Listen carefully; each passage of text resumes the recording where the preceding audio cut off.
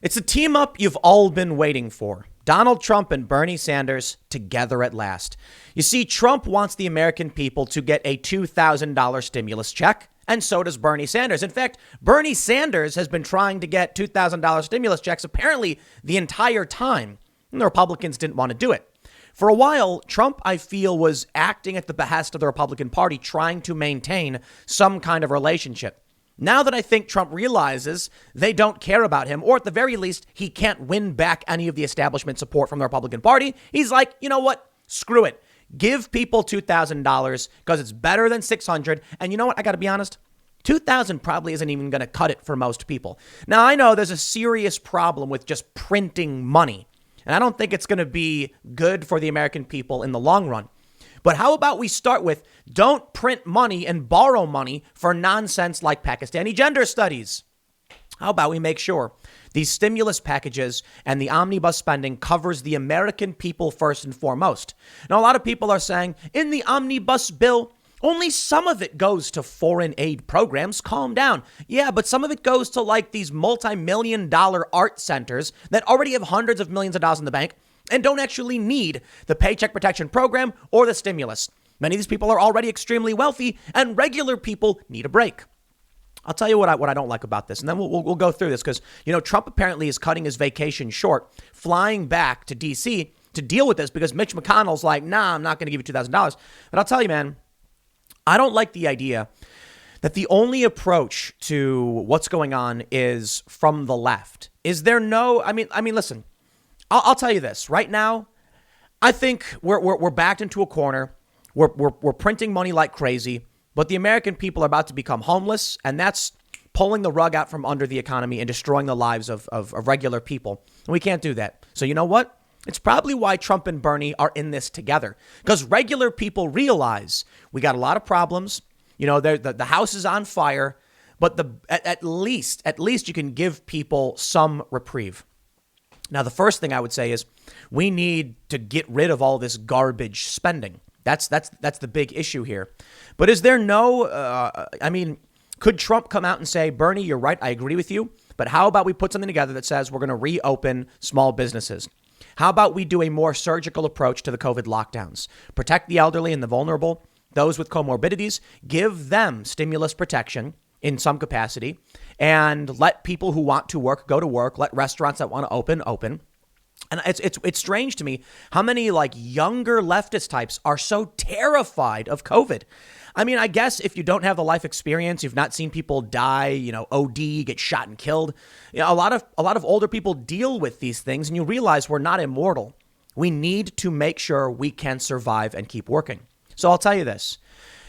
I think we should probably do. I mean, you know, look, Rand Paul made a point that if not $2,000, you know, if $2,000, why not $20,000? Why not UBI? And I mean, there's actually an argument against that. Now, I think Rand makes a good point. Why stop at $2,000? To be completely honest, why not 5 or 10? Why not forgive all of their, you know, loans and pay back landlords and just cover it all up? Because that money is going to have a serious impact on our earning, the amount of money we earn in our wages and our buying power in the future. You're not just getting free money. You're getting money borrowed against your own assets, wages, values, the retirement funds of the elderly. So there's very serious consequences.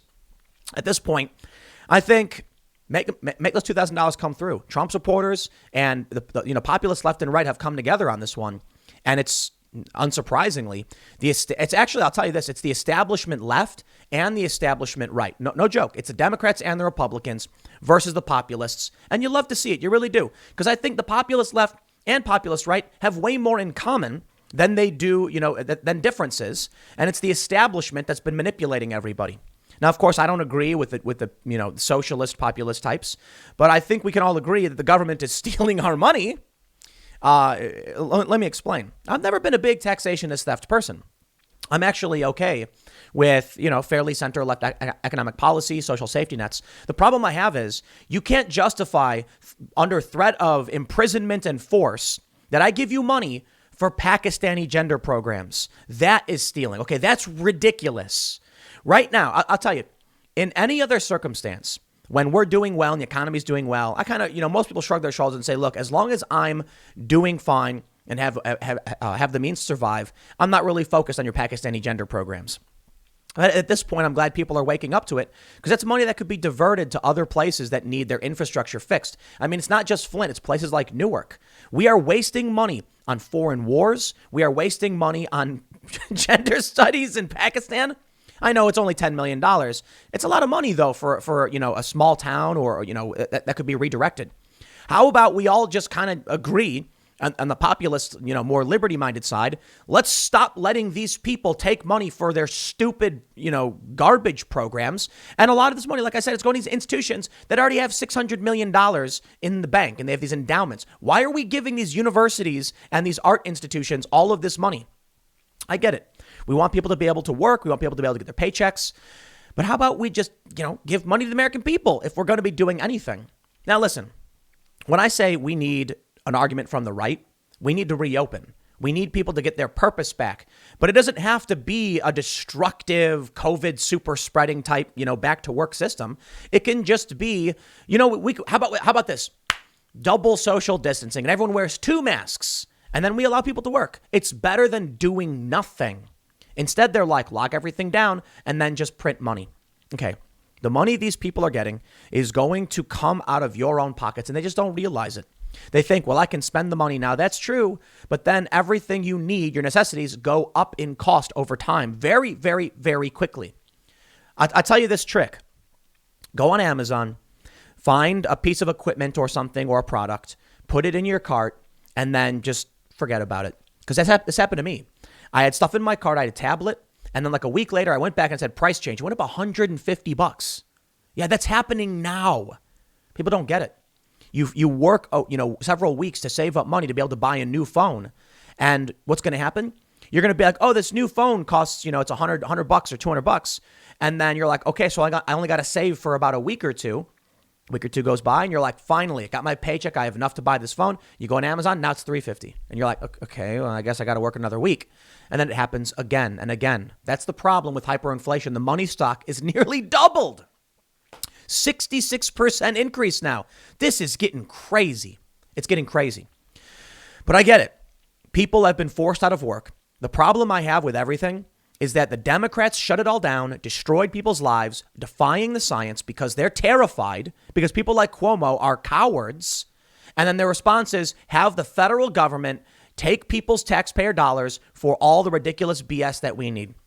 Give the American people less than 10% of it. Let me tell you something. $2.3 trillion spent. The American people are getting less than 10% of that. Amazing. Here's the New York Post. Trump backs Sanders' efforts to force Senate vote on $2,000 stimulus checks.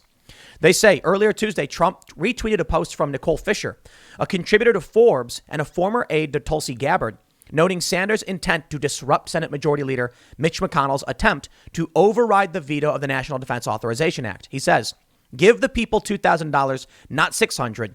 They have suffered enough, Trump said on Twitter, repeating his call to increase the amount of the coronavirus stimulus payments, including in a $2.4 trillion relief bill passed by Congress last week and signed by him Sunday.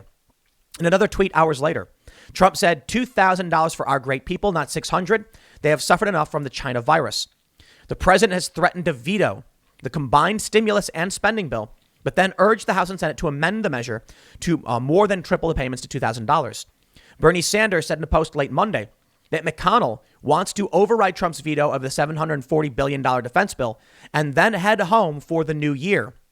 I'm going to object until we get a vote on legislation to provide a $2,000 direct payment to the working class, he said. The House on Monday voted 322 to 87 to override Trump's veto and 275 to 134 approve the $2,000 payments.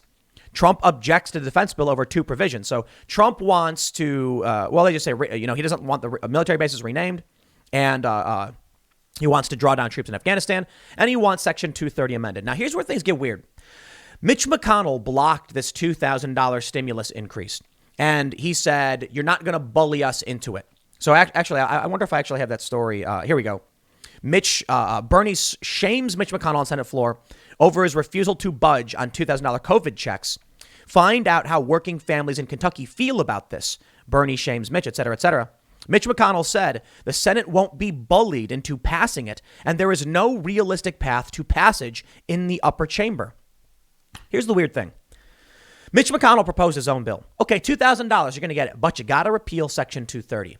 And many people were saying that was a poison pill because if 230 gets repealed, Facebook, Twitter, Instagram, Google, they just go under overnight. Like, they're going to get slammed with lawsuits they wouldn't be able to handle. I think a lot of conservatives don't mind that, but Democrats would not vote for it. I mean, they love their corporate overlords. They get wonderful donations from these organizations, and they love the idea of mass surveillance and institutional authority controlled by leftists. So they're not going to cave to that. It's a poison pill. Interestingly, some others have said that I've seen a tweet going around. I don't know if it's true, but you can fact check this one, claiming that the Senate doesn't have the authority to amend the IRS code in this capacity. It has to originate in the House and then get approved by the Senate.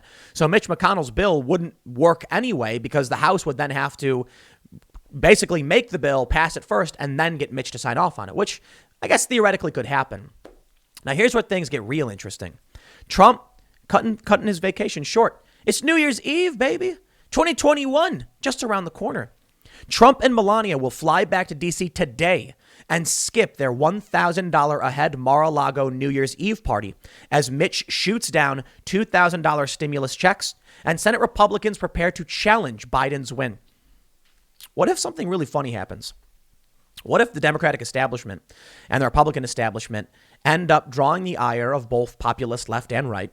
And then I'm gonna pause. I'm not saying this is really going to happen, but wouldn't it be funny if Trump comes out hardcore in support of working class families and the stimulus package, defending Bernie Sanders, and it just unifies the populists behind Trump? That would be hilarious. And then you have this objection coming up on January 6th where they're saying they're going to present all this hard evidence. They say, yeah, right. Look, they're saying that, Hawley, Republicans, Mo Brooks, once they object, then the Trump team will have real evidence presented on TV so the American people can see it. And this will be their chance to show the world what really happened. And I got to be honest, I just don't see it. Trump has put out these videos and truth be told, most people are going to want to watch what happens. We're hearing there's going to be an objection, so maybe something will happen. But I'm sure most leftists, many of these, it's like neo establishment. There are people who claim to be populist leftists, people who are like in their early 20s who voted for Joe Biden. And it's the weirdest thing that of all the people you would vote for, like, how do you justify voting for Joe Biden, a 47-year career politician with a history of racism and cronyism? And you're like, the resistance? No, you're neo-establishment, neo-elites. But I guess it's what they like. People love this stuff.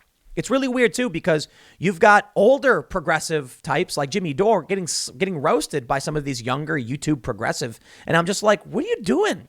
You're for the establishment machine? Oh, man, they would have loved to have been the bad guys in V for Vendetta, I guess.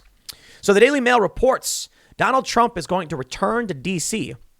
ahead of his annual New Year's Eve party at Mar-a-Lago in anticipation for a planned disruption by Republicans in Congress in a bid to overturn the election and President-elect Joe Biden's win.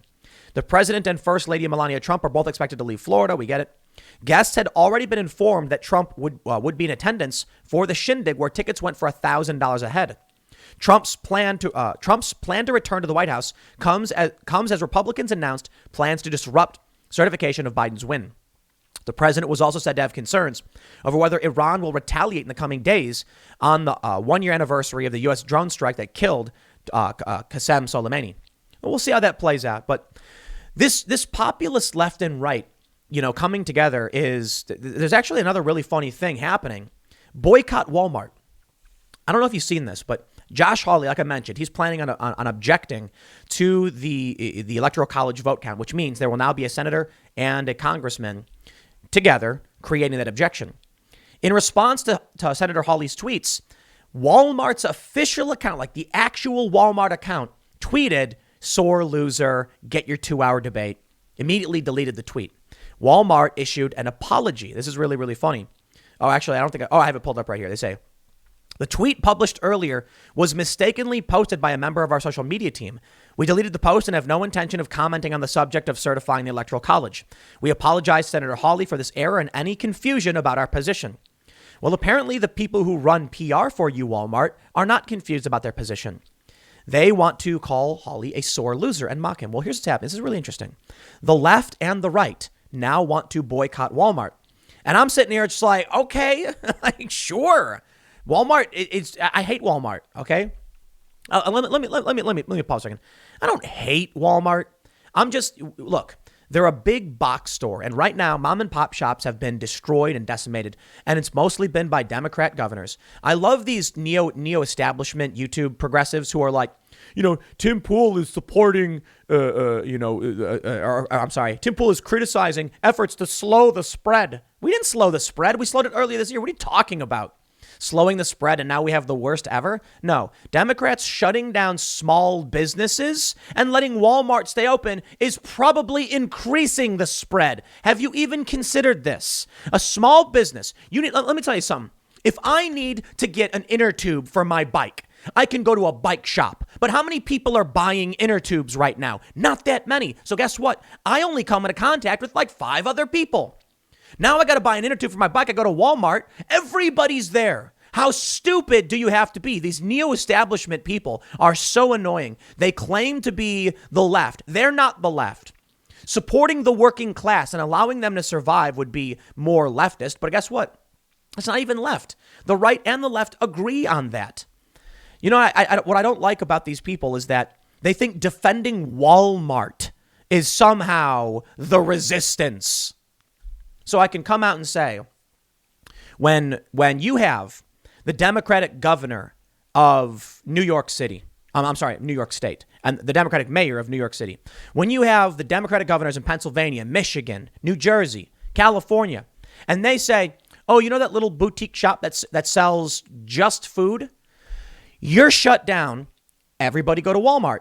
That's the lucrative merger of corporation and state that Mussolini claimed was fascism. Okay, I can already hear the left saying fascism is authoritarian nationalism and ultra-traditionalism. Sure, fine, whatever. So don't take Mussolini's word for it. It's some kind of authoritarian, totalitarian nonsense. Why are you okay with that? How would someone be... I love it. Okay, you know what? These people who love to criticize and post out of context clips of me defending Walmart. It's brilliant. It's brilliant. Because guess what? Right now, the left and the right are in agreement. So you go play a game of ball with your establishment overlord millionaire class and defend them when they destroy the lives of the working class, take everything away from them, and then block even Donald Trump, who wants these people to get more money. I'll tell you what Nancy Pelosi did. What she did was clever. She called for unanimous consent, not dealing with any of the bloat. She just said, okay, fine, here, unanimous consent. Of course, the Republicans were going to object to that. They're not going to agree to that. I don't think Trump cares at this point. Trump did say, get rid of the pork, get rid of the bloat. But now I think Trump's basically going to be like, you know what, whatever, just give people money. It's really frustrating to me when you see a dirty bill, because Bernie Sanders is calling for a clean bill. This is the Bernie Sanders that I used to cheer for before he started doing this woke garbage and supporting the establishment. Bernie Sanders backing Joe Biden. Barfed in my mouth a little bit when I heard he did that. Are you kidding me? The dude sold out. But this is the Trump and the Bernie that people were waiting for. It's Trump, Bernie. No, what was it? Trump Sanders 2024. I'm kidding. But to have them both come out now, defend the working class. So anyway, here's what we have. The left wants to boycott Walmart because they're a massive corporation. They don't pay a living wage and they, force their employees to effectively go on welfare, which then we pay taxes to subsidize. I'm not okay with that. I'm not okay with any company doing that. I'm not okay with these meat processing plants encouraging illegal immigrants to come into the U.S. and then instead of paying them their paycheck, they call immigration and have them deported, because that's been happening too. I'm not okay with any of that. I don't like massive multinational corporations siphoning off the value of the working class people. How is that right wing? Isn't it amazing that the criticisms I get that are calling me far right, it's because I say things like that, and I've always said things like that. I'll tell you this. You want to know what I don't like about communism? You got a little old lady who's trying to, sell grapes to get by in a little wheelbarrow. And they say you don't get to control how you spend money and what you receive. And that's what we've seen with all this communism. Putting the boot on the working class. You know what I do like when it comes to regulation, regulatory policy? Stopping people, companies like Walmart and people like Bezos from stripping away the value of the working class and siphoning away to themselves. Oh, surprise, surprise. Isn't that supposed to be the left? Amazing. It's somehow right wing, I guess, these days. So they say, because the Democrats are corrupt, crony establishment elites, siphoning away the value of the working class while Republicans sit there twiddling their thumbs. And if you dare criticize the Democrats who would throw you a pittance and then argue they're the ones supporting the left, you're right wing now. Welcome to 2020, soon to be 2021. The left and the right are coming together with this boycott of Walmart, and I find it hilarious. The left and the right are coming together behind Bernie Sanders. And you know what really bothers me? There are still people who are tribalist leftists who are attacking Trump. It's like, dude, take the win, man. It's crazy. I see these posts on Facebook and Trump's, it's like a screenshot of Trump saying, give him the $2,000. And they're like, does this man have no honor and integrity? He's just making everything worse because he wants to look good. And I'm like, but he's agreeing with Bernie Sanders. Come on. I'm sick of the tribalists. Where's your integrity? Where's the principle? Do you want the American people to get this money? Yes? Okay. It's a great start. Fine. Am I forced now to accept this horrifying compromise with the establishment where they get to print garbage money and send it all over the world while we're suffering? I guess so. It's the best we're going to get. Sure. How about after this, the left and the right comes together and says, you know what? Let me say something. $2.3 trillion. A bunch of this money going to trash, a lot of it going to stupid gender studies programs and things like this. Foreign aid that we probably should not be giving out when we're in trouble. Now, imagine what we could do with that money instead. Imagine, and this is really amazing. Imagine if we took all that money that was going to Egypt and Pakistan and these multi-million-dollar endowment, institutions with endowments. Imagine if we took this money and, I don't know, like forgave a certain amount of either student loan or medical debt. Why not? Let me ask us too, and comment below for the conservatives and the Trump supporters. How would you feel if instead of Pakistani gender programs, we just used that money to pay off some of the debt of working class people who had accrued it either through medical expenses or school? I'm actually okay with that. Absolutely okay with that. I don't like the idea of printing money and borrowing money in the way that they're doing it. And to be completely honest, I'm not a big fan of that in general. But at the very least, if the money that's being borrowed and printed is an investment back into the American people, okay, well, then I don't have a big problem with that for the most part. Like most of you know, I actually lean left on a lot of economic policy. And idealistically, I'm actually fairly far left. The left doesn't want to admit it because what's happening now is the establishment is using the populist left as a tool against Trump and the populist right, and they go along with it. And you have phony progressives with large YouTube channels who support people like Joe Biden, and that's their bread and butter. They're propped up by the establishment, and they love it. That's why Jimmy Dore gets vilified. That's why when Jimmy Dore rags on Democrats, they say they attack him and they insult him and they criticize him. No, it's because Jimmy is a real progressive. He is challenging the system and the establishment elites, and he's not playing ball with Democrats who don't care about you. It's a game to them. They'll say, sure, we're going to give the American people $2,000 each. And that still comes out to like 13 or 14% of this total stimulus bill. Some ridiculously trash. Okay, I think it might end up being like 15 or 16%. Great. It's better than the 9% they're getting now. But they're still giving 80+% away to who knows where. I'll tell you what. Here's my proposal to everybody. Let's take that $2.3 trillion stimulus. Let's take the pork, all that bloat. Because not all of it is. Right? There's some stuff in there that's going to fund like legitimate programs and stuff like that. But let's just take all that and do we'll give it to the American people. You know what I would prefer? We're putting $1.5 billion into, I think it's 1.3 or 1.5 into Egypt, $500,000 into Israel. I can understand arguments for trying to, provide military assistance due to the conflicts we see in the Middle East. But right now, I mean, we're suffering. We're in serious trouble. I would rather the $10 million, maybe a large, I mean, to be completely honest, maybe even the entirety of this foreign aid package, just go to the American people. I would rather $1 billion check be written for some random dude Just some random guy. Here goes $1 billion, because that person's going to spend it here in America, and it's going to cycle around through all this, all of these different people. Now, I think the real issue is you give someone $1 billion, and they're probably going to buy a bunch of nonsense and a bunch of stupid things like paintings and golden statues of themselves. That's why I'm not a big fan of the upward transfer of wealth that's happening. But ultimately, in the end, if we can get this money to the American people instead of this other garbage, I think everyone will be okay with it. I think, a lot of traditional conservatives have criticized Trump for his spending. I've mentioned his spending as well. But they say, Trump supporters say Trump's a populist. They don't care about the deficit spending. It's never been their biggest concern. Doing right by the American people has been their concern, and they're not staunch, traditional conservatives. Now you see the Trump that got elected, the Trump that's willing to say the American people deserve this money, not this ridiculous, foreign aid package. And I'll point out Trump negotiated a lot of this himself, but you know what? I'll leave it there. All right. Otherwise, I'll just rant forever. But it's New Year's Eve. I got a couple more segments coming up for you. It's going to be a lot of fun today. Hope you're having a good time. And thanks for hanging out. Next segment's coming up at 1 p.m. on this channel, and I will see you all then.